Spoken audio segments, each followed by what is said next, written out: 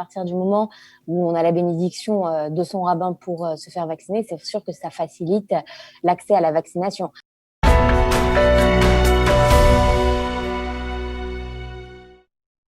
Docteur Léa Lévy, bonjour, Boker Tov. Boker Tov. Alors, on peut vous souhaiter également Chag Sameach et Chodesh Tov, puisque nous rentrons dans un nouveau mois, un mois qui sera peut-être le mois d'une certaine manière de la délivrance pour le public israélien en général et pour le public orthodoxe en particulier, si effectivement cette communauté va se faire vacciner. On en a beaucoup parlé au cours des dernières 24 heures, surtout après l'annonce hier d'un verdict, d'un décret rabbinique publié par le Rav Chaim Kanievski, par le Rav Gershon Edelstein et par le Rav Shalom Cohen, qui sont les trois leaders, on va dire, du monde lituanien et du monde séfarade orthodoxe en faveur d'une vaccination. Alors, c'est effectivement l'atmosphère qui règne aujourd'hui dans la ville de Bnei Brak. On ira se faire vacciner si les rabbins l'ordonnent. Écoutez, si les rabbins l'ordonnent, effectivement, on fonctionne dans un système communautaire. Donc, à partir du moment où on a la bénédiction de son rabbin pour se faire vacciner, c'est sûr que ça facilite l'accès à la vaccination. Voilà. Après, effectivement, on est dans un monde où il y a toujours, mais en Israël globalement et pas que dans le monde orthodoxe, il y a un scepticisme vis-à-vis des vaccins. Moi, je vois que rien que pour la grippe, qui est un vaccin ancien, on a énormément de mal à faire vacciner les gens, alors qu'on sait combien de personnes âgées ça tue chaque année. Donc, c'est quand même pas gagné d'avance. On espère, voilà, c'est sûr que la bénédiction des grands, ce qu'on appelle les gdolim, c'est sûr que ça aide beaucoup, mais je suis pas sûre que ça soit suffisant, et on espère que ça le sera en tous les cas pour essayer d'éradiquer la pandémie, parce que c'est vrai qu'on est fatigués tous de ça. Alors, on s'est parlé plusieurs fois au cours des derniers mois durant cette épidémie, avec toujours le souci de savoir comment la communauté la communauté charédite, réagissait au dernier développement, respectait ou non les règles de distanciation sociale. Là, est-ce qu'on a, je me trompe, ou on a le sentiment que quelque part les autorités israéliennes ont pris les devants, ont compris que la communauté orthodoxe avait besoin, on va dire, d'une forme de traitement particulier et qu'il fallait passer par les grands rabbins pour obtenir une mobilisation en faveur de la vaccination? Non, en fait, je pense que ça a toujours été pareil. Si vous voulez, c'est les chefs de communauté. C'est-à-dire que si le monde actuel résonne par les réseaux sociaux et qu'il y a des influenceurs sur Internet qui sont plus influents que finalement les politiques, il faut comprendre que, bien sûr, si vous voulez, un rav, c'est un chef spirituel. Donc, à partir du moment où le chef spirituel, qui est quelqu'un de sage et qui s'est consulté, ça veut dire que il n'y a pas eu que, si vous voulez, les grands rabbinim. Juste avant, en fait, on a eu le Rav Führer, qui est un rabbin qui est l'un des plus grands consultants médicaux. Oui, alors je voudrais que vous nous expliquiez pourquoi son rôle est déterminant dans le contexte actuel, hein. Alors voilà, parce que en Israël, et voilà, par exemple, je pense au Rav Führer qui a quand même eu le Pras Israël, donc c'est vraiment quelqu'un qui est vraiment reconnu par le public israélien et non pas que orthodoxe, qu'il y a du public arabe, il y a du public laïque qui viennent consulter chez lui pour trouver une orientation médicale, et un autre consultant médical aussi qui est connu en Israël qui s'appelle le Rav Benny Fischer. Les deux, si vous voulez, ont consulté.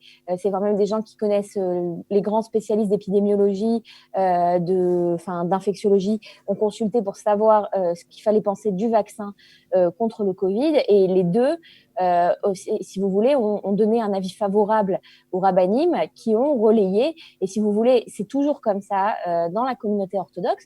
On attend l'avis, mais pour tous, c'est-à-dire que c'est pour voter, pour acheter une maison, on consulte son rabbin. C'est-à-dire que c'est le mode de fonctionnement ici. Et donc après que ça soit toléré ou pas par vos auditeurs, c'est comme ça que ça fonctionne. Et malheureusement, voilà, on a attendu, et bien heureusement, on a eu l'aval des rabbinim, parce que c'est sûr que sinon on n'aurait pas pu travailler de manière sereine, on n'aurait pas du tout réussi à travailler. Alors on peut dire que dans le cas précis, si parfois le public orthodoxe a été un peu à la traîne par rapport aux mesures de restriction durant la crise, cette fois-ci le monde orthodoxe serait le précurseur, serait presque une forme de pionnier, puisque les rabbins valident la vaccination avant même que, on va dire, l'opinion publique israélienne en général ne soit convaincue que cette opération est nécessaire ou indispensable. Écoutez, l'opinion publique est très sceptique face à cette vaccination. C'est très inquiétant. C'est pas une surprise que le premier vaccin à sortir est un vaccin à ARN messager, là, parce qu'on en parle beaucoup de ce vaccin à ARN messager. Quand il y a eu les premières études de Moderna, on le savait déjà que le fonctionnement de ce vaccin serait comme ça. Et soudain, il sort, et c'est vrai que on a toujours peur d'un traitement qui vient de sortir, et c'est tout à fait justifié. Maintenant, c'est vrai que les études semblent assez correctes.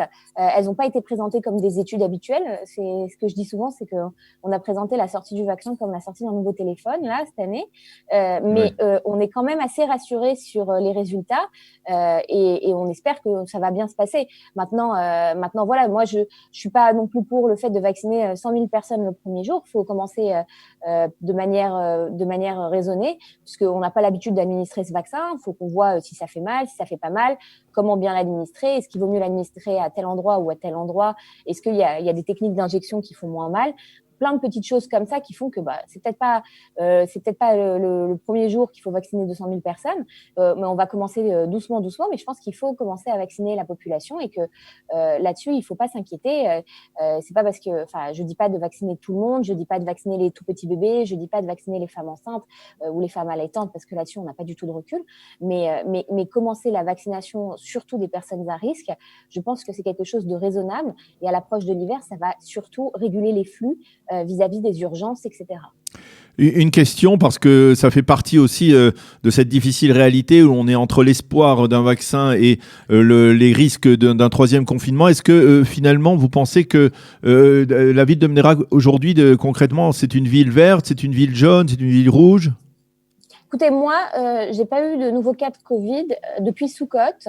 J'ai eu un cas, et c'était un cas qui devait être ancien parce qu'il était ce qu'on appelle weak positive 2 fois de suite.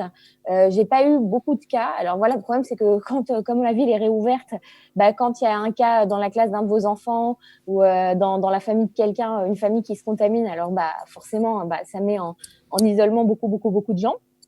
Et ça annule les projets de beaucoup de familles. Mais pour l'instant, Bnei-Brak, c'est vraiment très calme. Et c'est même parfois difficile parce que, si vous voulez, comme il y a une grosse proportion des patients qui ont déjà eu le Covid, on remarque que les gens se disent « Attendez, là, on est en train de refermer les classes, refermer ça, mais nous… concrètement, on a déjà donné. On l'a eu, on a les anticorps, on revient de l'hôtel.